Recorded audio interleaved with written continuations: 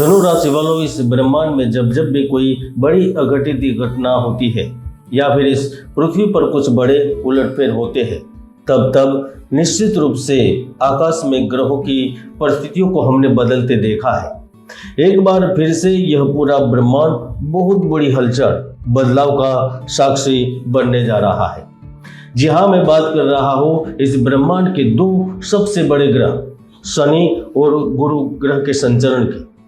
क्योंकि जहाँ एक और शनिदेव को न्याय प्रिय देवता और दंडाधिकारी के नाम से जाना जाता है, तो दूसरी ओर गुरु को करियर में तरक्की, कला में निखार, संतान सुख के उपयोगी, विवाह सुख और हर क्षेत्र में मनचाहे परिणाम देने के लिए जाना जाता है। इसीलिए ही इस ब्रह्मांड में गुरु और शनि ने एक साथ संचरण किया है, तो उन्होंने हानि, युद्ध, राजनीति पर गहरा असर छोड़ा है।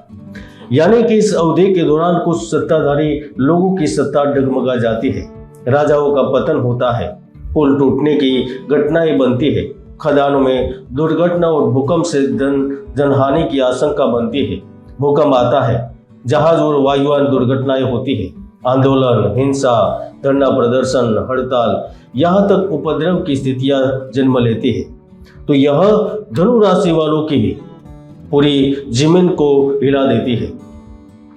धनु राशि वालों, जहां एक और शनि ग्रह अभी वक्री अवस्था में चल रहे हैं और उन्होंने 4 अक्टूबर 2025 के दिन गुरु के ही नक्षत्र पूर्व भाद्रपद नक्षत्र में प्रवेश किया है, जो अगले 20 जनवरी 2025 तक इसी नक्षत्र में स्थिर रहेंगे।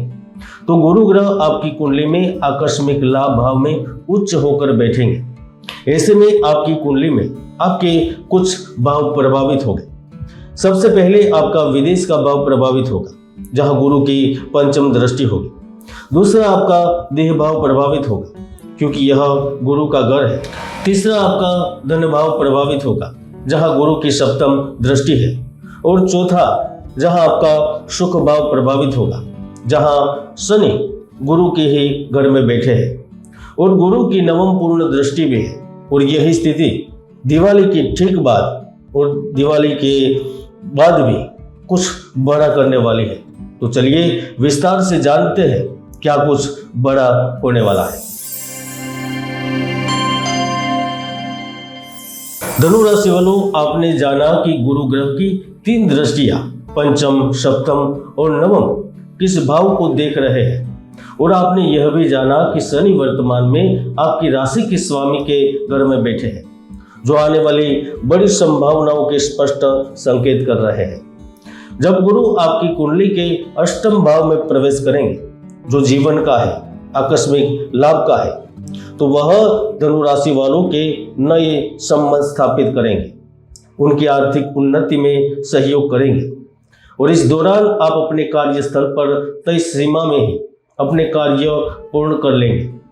साथ साथ आपको केवल एक जगह से सफलता मिलेगी ऐसा नहीं है, आप कई क्षेत्रों से सफलता प्राप्त करेंगे।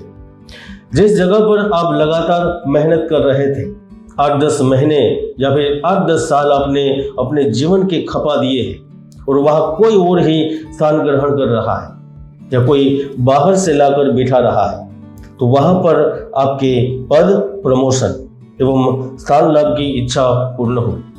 ऐसा नहीं था कि आप अपने कर्म क्षेत्र में मेहनत नहीं कर रहे थे, कार्य भी कर रहे थे, लगातार प्रयासरत भी थे, फिर भी न जाने आपको लाभ मिल ही नहीं रहा था।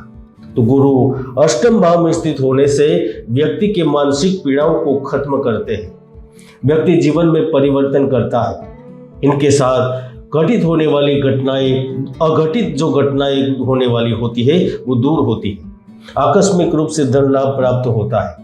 अगर व्यक्ति विदेश में होते हैं तो उन्हें गुरु सर्वोच्च स्थान पर पहुंचाते हैं। ऐसा नहीं है कि गुरु केवल विदेश में रहने वालों को ही लाभ देते हैं, वो लाभ देंगे, लेकिन गुरु की पंचम दृष्टि आपके द्वादश भाव पर है, वह भी विदेश यात्रा मोक्ष का भाव है।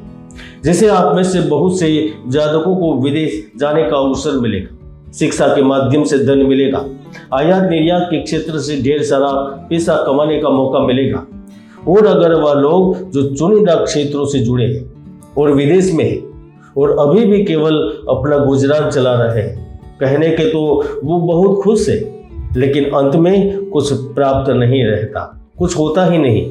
वह लोग अब मुकंदर का सिकंदर बने। खासतौर पर नेटवर्किंग, पब्लिक रिलेशनशिप और उद्यमिता के लिए यह उनके लिए शानदार समय कहा जा सकता है। बृहस्पति का द्वादश घर पर दृष्टि नेतृत्व गुणों को बढ़ाता है। ऐसे में नौकरी वालों को पदोन्नति मिलती है, नौकरी के नए प्रस्ताव मिलते हैं, या फिर आपको कोई बड़ी जिम्मेदारी भी सौंपी जाती है। अगर भारत के कुछ महत्वपूर्ण स्थान पर है तो आपको धर्म, राजनीति, कानून, लेखन, परामर्श और संचार के क्षेत्र से भी लाभ मिलता है।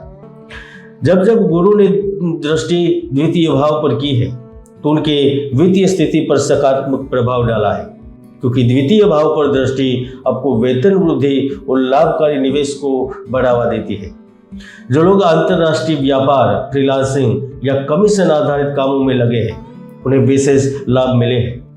इसके अलावा आपने किसी राज्य कार्यालय में किसी प्रकार का टेंडर भरा है या कोई अन्य आवेदन भी किया है। पहले आपको सफलता नहीं मिल रही थी, लेकिन अब आधिकारिक आपको सहयोग प्राप्त होता है।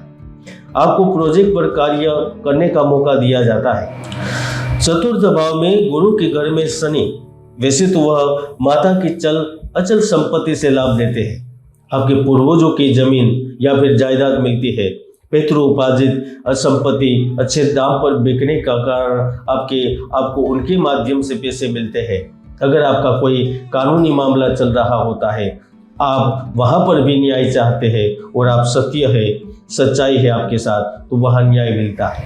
अगर आप कोर्ट कचहरी के मामलों में उलझे हैं तो उससे भी मुक्ति मिलती है। राज्य पक्ष से सम्मान मिलता है। और अगर आपको ट्रांसफर नहीं मिल रहा है तो यह स्थिति व्यक्ति को इच्छित जगह पर कार्य करने के मौके देती है। बृहस्पति का चतुर्थ भाव में दृष्टि करना वैवाहिक संबंध को और व्यापारिक साझेदारियों को भी मजबूत करता है, क्योंकि गुरु विवाह का कारक है। ऐसे में पूर्वा भाद्रपद में स्थित शनि इस गोचर में अविवाहित लोगों के लिए विवाह के अवसर लाते हैं। इस गोचर के दौरान रिश्तों में गलतफहमियां दूर होती है, परिवार में संबंधों में सुधार होता है, और जो व्यक्ति सब कुछ होने के बावजूद भी केवल सच्चे प्रेम की तलाश में रहता है, उसे प्रेम मिलता है।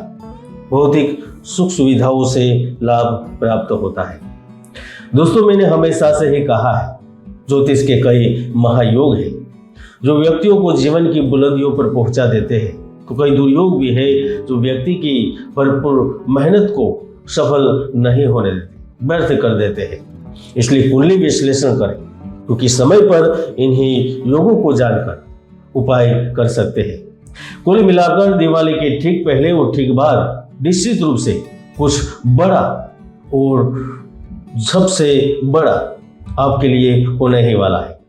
अगर आपको यह जानकारी अच्छी लगे और आप किस विषय पर जानकारी चाहते हैं तो ये कमेंट में लिख सकते हैं, सुझाव भी दे सकते हैं। जय गुरुदत्त, जय गिरनारी।